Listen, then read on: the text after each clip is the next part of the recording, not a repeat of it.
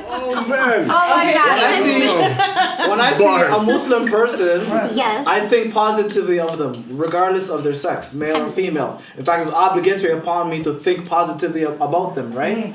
So, How do you define, how do you see as a Muslim? Because would you see Iman as a Muslim? okay, we're not talking about, I'm saying if I know for a fact that this person is Muslim, right? Okay. You give them the Then benefit I'll give them the benefit of the doubt, unless they've given me reasons to doubt them, right?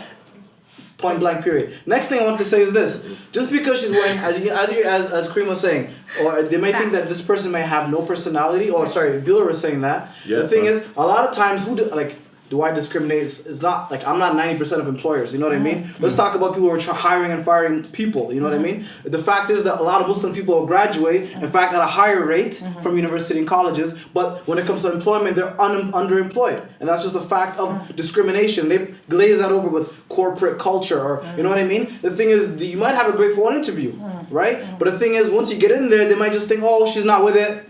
Oh, she just doesn't get jokes, or like, you know what I mean? It's discrimination and ignorance, right? So if people are parents, right, and they want their daughter or their son to be more modest, to be a better Muslim, it's just to show them the beauty of what the good things are and be patient on them. The thing is, we're like Iman is like, you know, faith, not Iman here, but faith in general is like an airplane ride. You're gonna go up and down, and that's just a fact of life. So be patient on each other and don't do that, you know, top-down technocratic. Oh, you better do it like this. It's more like, you know, please, this is better for you, and this long term is better for you. You know what I mean? Hopefully they'll understand that. Can someone be? Sorry, go ahead, Kareem. Just maybe to rephrase. So let's put it. The hijab is a beautiful thing, but I think a lot of time in our community we use that as a false positive. Just because the person has it on, you start to believe certain things about them. That's all I was trying to say. It's not a false positive. Actually, can I touch on that? I will say this. When I was in university and college, I went to college and then university. I never joined Muslim associations, so such and such Muslim, so MSA. There's a lot of MSAs in different universities and colleges.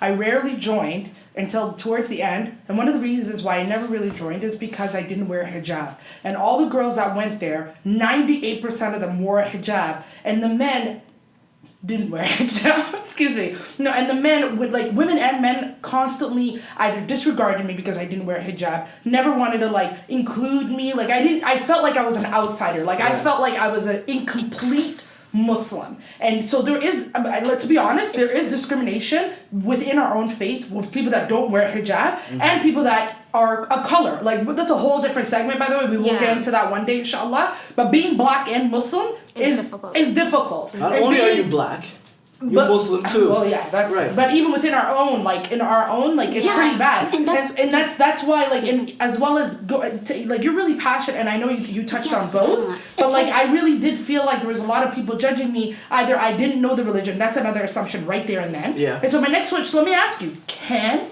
a non-wearing, like a woman that does not wear hijab, can she be religious? Yes, she can. Absolutely. Because subhanAllah, here's the thing. What people are forgetting is that Allah is al-Hukam, okay? Like, He's the greatest of judges and He's the only judge. Right. And you don't know... SubhanAllah, I'm wearing hijab right now, but do you know what I'm doing when I'm at home by myself? No, you don't know. And do I know what you're doing? No, I don't know. So this idea of maybe you have more of a traits of a person of Jannah than I do, and maybe Allah subhanahu wa ta'ala will choose you to Jannah and He won't choose me. And it's this idea of as an ummah, we have to become more merciful towards each other because Allah subhanahu wa ta'ala is merciful. And the only way we can bring each other back, because the only way I have my hijab on today is because sisters loved me more than I was deserving and taught me why Islam is so beautiful and why I want to be a part of it. And that's what we lack. We don't make brothers and sisters who are not practicing want to come to Islam. We give them no reason because we bicker and we say horrible things and we're the worst of examples. And ya Allah, I just feel like when you're giving me your example right now, it's true. How many times did I feel like I don't want to go to the masjid, I'll just pray at home by myself because I don't, I don't want them to judge me.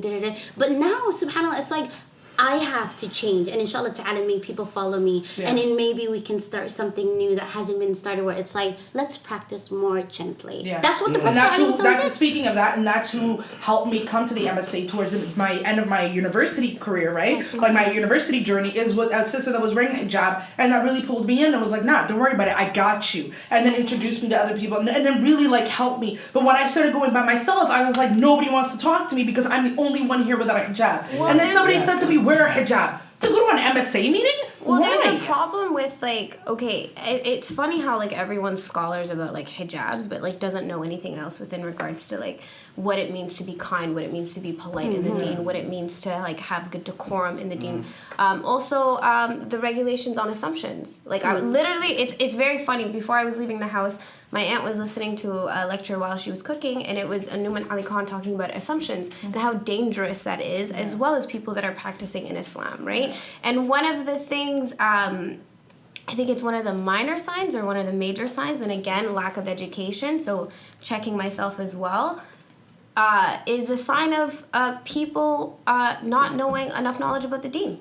Like, we're combating all these things, right? And we're talking about all these things, but no one really knows the deen very well anymore. And the scholars that are there, that are present, don't know the deen as much as well. And also, everyone's talking about the hijab and like what it's meant for, like how women should be portrayed in Islam. But what about the men?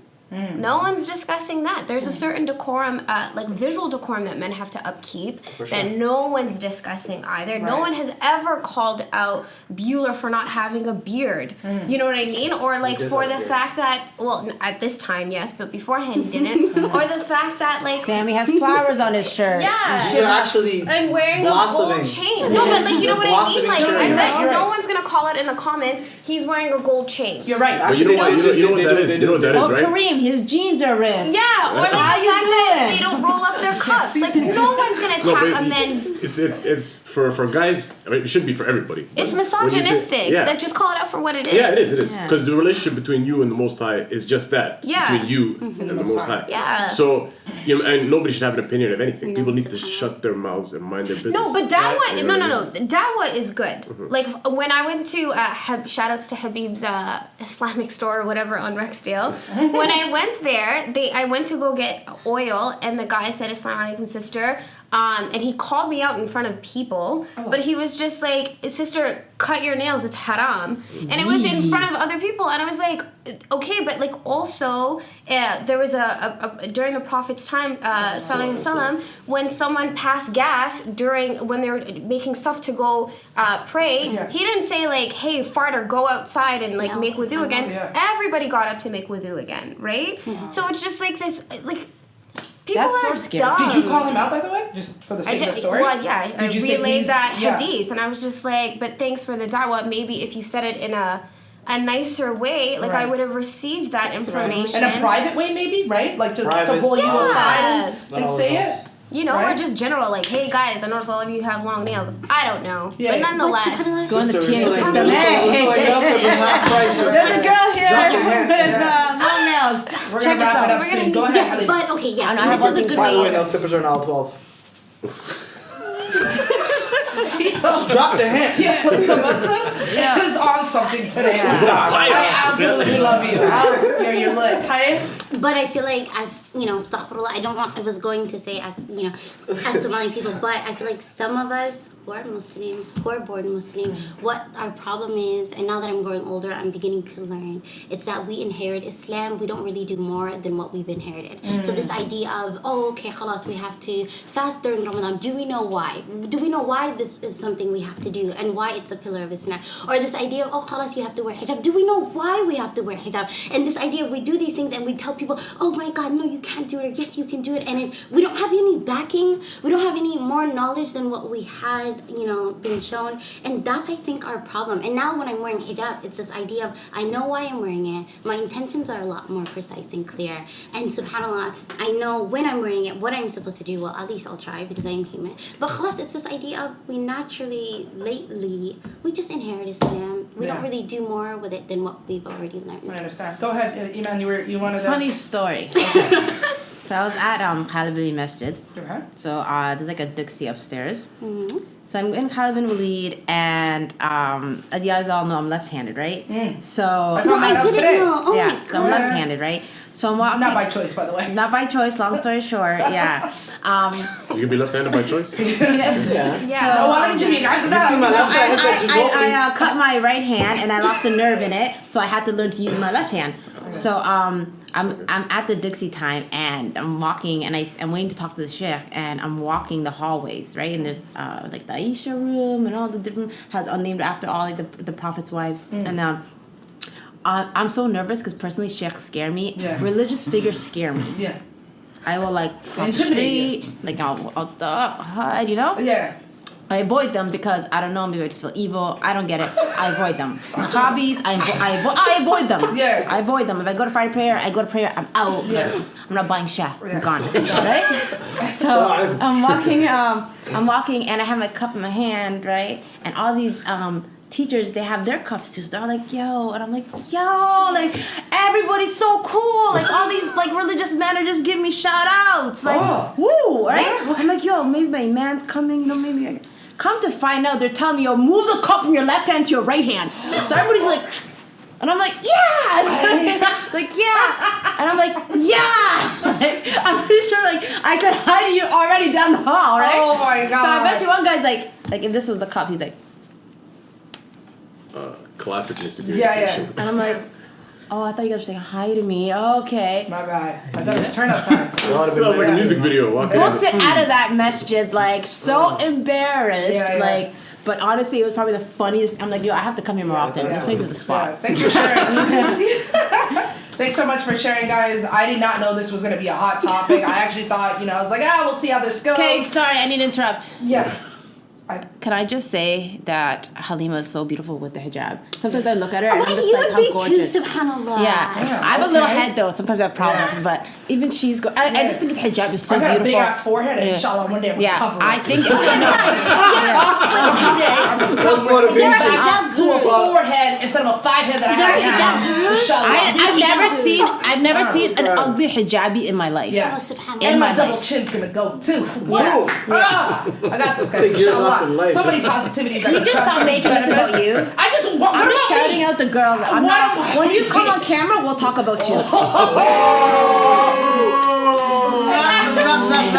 that's it, guys. Thanks for tuning in to Sheeko Sheeko. That wraps up Sheeko Sheeko, guys. Tune in for our next segment of this episode, which is our listener letter, and hopefully that's gonna be as lit as this was. I hate you, by the way. And we out.